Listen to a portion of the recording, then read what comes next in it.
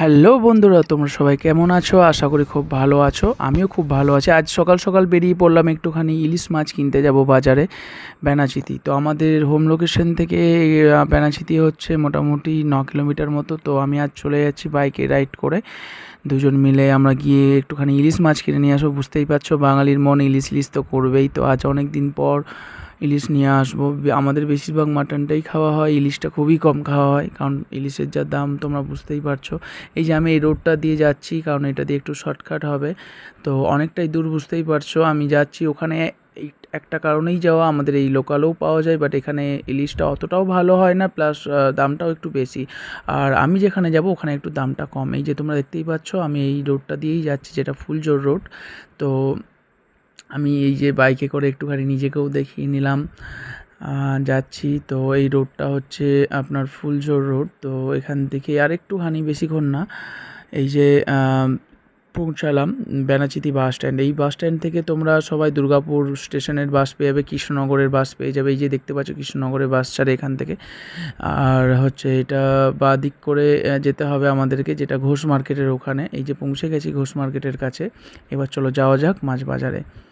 এই যে তোমরা দেখতেই পাচ্ছ, মাছ বাজারে আমি পৌঁছে গিয়েছি। তো এই যে যাব এবার এক দাদার কাছে। আমার পরিচিত এক দাদা আছে, যেখান দিয়ে আমি প্রত্যেকবার গেলে ইলিশ নিয়ে, ওই দাদাই একমাত্র ভালো ভালো ইলিশ রাখে। এই যে এখানেও রাখে না তা না, বাট এখানে অতটাও ভালো না, আর রেটটাও একটুখানি, তাই জন্য আমি ওখান থেকেই বারবার নিই না। তো এই যে যাচ্ছি আমি যেখান থেকে নেব ওই দাদার কাছে। দেখা যাক, চলো তোমরা সবাই। খুবই সুন্দর, তুমি দেখতে পাবে, ভ্যারাইটিস রকমের মাছ রাখেন, আর হচ্ছে যে চিপ রেটের মধ্যে। এই যে ফাইনালি চলে আসলাম, দেখতেই পাচ্ছ পমফ্লেট। এইদিকে হচ্ছে আপনার ট্যাংরা, এটা হচ্ছে সোনালি ট্যাংরা, পাবদা, ভেটকি। সোনালি ট্যাংরাটা দাম বলছিল দাদা হচ্ছে যে 1000 টাকা কেজি, আর এইদিকে পাবদা হচ্ছিল 300 টাকা কেজি, আর এইদিকে 250 টাকা হচ্ছে ভেটকি।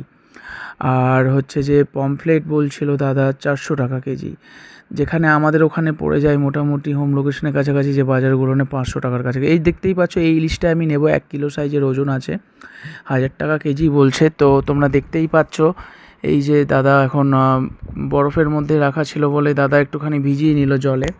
এবার হচ্ছে যে এইটাকে কাটিং হবে। তো আমার 1000 টাকা পুরোপুরি হয়েছিল, 1050 গ্রাম হয়েছিল। এই যে দেখতেই পাচ্ছ, এই যে আরেকটা মেপে নিল। আমি বললাম কোনটা একটু বেশি হয় সেটাই দাও, কারণ মেম্বারও তোমাদের জন্য আছে। এই যে দেখতেই পাচ্ছ, একজনকার মাছ কাটছিল, ওই জন্য টাকাটা দিয়ে দিলাম। এবার হচ্ছে আমারটা কাটবে। এই যে দাদা এবার আমারটা শুরু করবে কাটাটা, আমার যে মাছটা আছে। তো এই যে দেখতেই পাচ্ছ, দাদাকে আঁশ ছাড়ানোর জন্য দেওয়া হচ্ছে। তো আমি পুরোটাই যতটা পারছি তুলে ধরছি তোমাদের কাছে। তোমরা অবশ্যই কিন্তু ইলিশ খাওয়ার ইচ্ছে হলে তোমরা দুর্গাপুরবাসী অবশ্যই বেনাচিতিতে আসবে। এখানে একটুখানি সস্তায় পাওয়া যায়, আমাদের ওখানের থেকে তো অনেক সস্তায় পাওয়া যায়। দেখতেই পাচ্ছ মাছটা খুবই সুন্দর, মাছটা আছে পুরো একদম, যেটাকে বলে ভালো একদম ইলিশ। এই যে দেখতে পাচ্ছ, বা কাটিং হবে। আমি বলেছি, দাদা আমাকে বলছিল কতগুলো পিস করবে, তো আমি বলেছি যে স্ট্যান্ডার্ড পিস করো, বেশি ছোট করো না, কারণ আমার বেশি ছোট মাছ ভালো, এক পিস খাবো ভালো খাবো, এটাই আমার আমি মনে করি এটাই। তো এই যে দাদা এবার কাটিংটা করবে। এই যে দেখতেই পাচ্ছ তোমরা, এই যে দাদা কাটিং করছে।